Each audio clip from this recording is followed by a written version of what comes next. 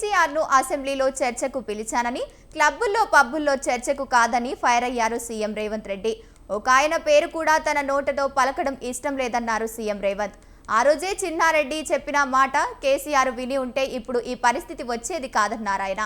తెలంగాణ వచ్చాక కేసీఆర్ 10 ఏళ్లు సీఎంగా ఉన్నారని, ఆయన కుటుంబ సభ్యులే నీటిపారుదల శాఖకు మంత్రులుగా ఉన్నారన్నారు. కృష్ణాకు సీమాంధ్ర పాలకులకు చేసిన ద్రోహం కంటే కేసీఆర్ చేసిన ద్రోహమే పెద్దదని ఆరోపించారు. కృష్ణా పరివాహక ప్రాంత రైతులు పాలిట కేసీఆర్ మరణశాపంగా రాశారని విమర్శలు గుప్పించారు. మీరు గోదావరిలో 3000 టీఎంసీలు సముద్రంలో పోతున్నాయి.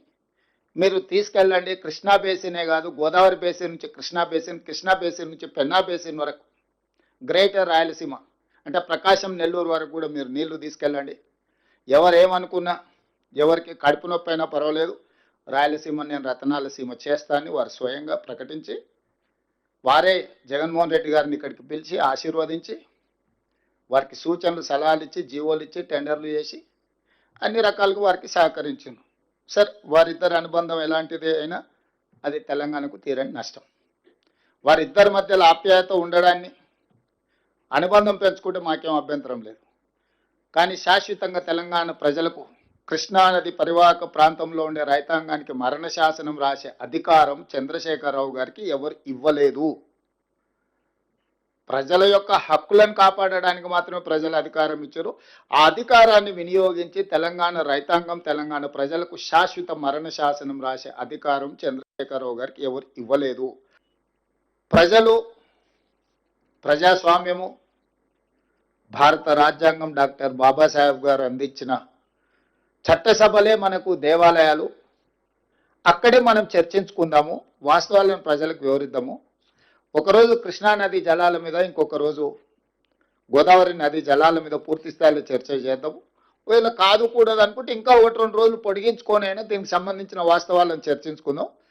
ప్రధాన ప్రతిపక్ష నాయకుడిగా వారిని ఏ తారీఖు వారు వస్తారో, ఏ తారీఖు వారు చర్చిస్తారో ఒక లేఖ రాయమని స్పీకర్ గారికి.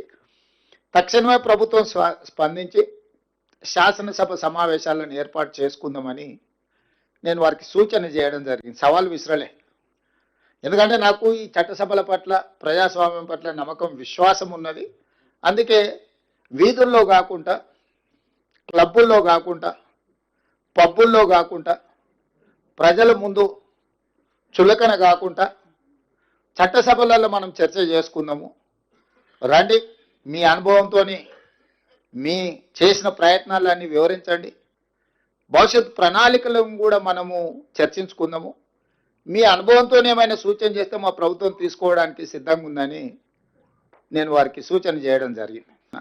అయితే ఈరోజు ప్రధానంగా 2 విషయాల మీద నాకున్న అవగాహనను మీతో పంచుకోదలుచుకున్నాను. మొట్టమొదట తెలంగాణకు సంబంధించిన కృష్ణానది జలాల మీద చర్చించుకుందాం.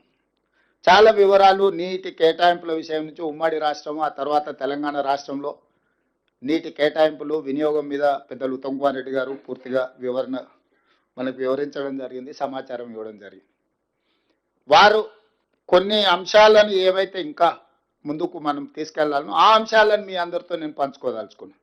ఈరోజు కృష్ణానది జలాల మీద ఆంధ్రప్రదేశ్కి 512, తెలంగాణకు 299 టీఎంసీల నీటి కేటాయింపుల కోసం చంద్రశేఖరరావు గారు 2015లో కావచ్చు, 2020లో కావచ్చు, ఆ తర్వాత కృష్ణా బచావ్ ట్రిబ్యునల్ ఇచ్చినప్పటి వరకు శాశ్వతంగా బ్లాంకెట్గా మంజూరు చేసి వచ్చేసిండు.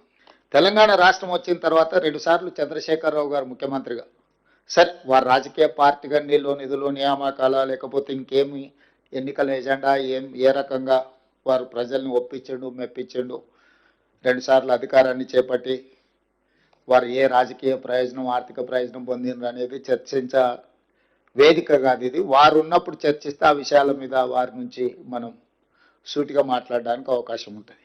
ఇక్కడ దాదాపుగా 9.5 సంవత్సరాలు వారు ముఖ్యమంత్రిగా, 5 సంవత్సరాలు వారు సాగునీటి పారుదల శాఖ మంత్రిగా, 5 సంవత్సరాలు దాదాపుగా హరీష్ రావు గారు సాగునీటి పారుదల శాఖ మంత్రులుగా.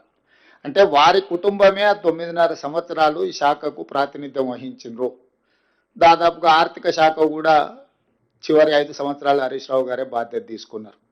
నీళ్లు నిధులకు సంబంధించి సంపూర్ణంగా వారు, వారి కుటుంబము, వారి పార్టీ వారే బాధ్యత తీసుకొని వారు చేసిన నిర్ణయాలు ఈరోజు మీ అందరి ముందు పెట్టడం జరిగింది.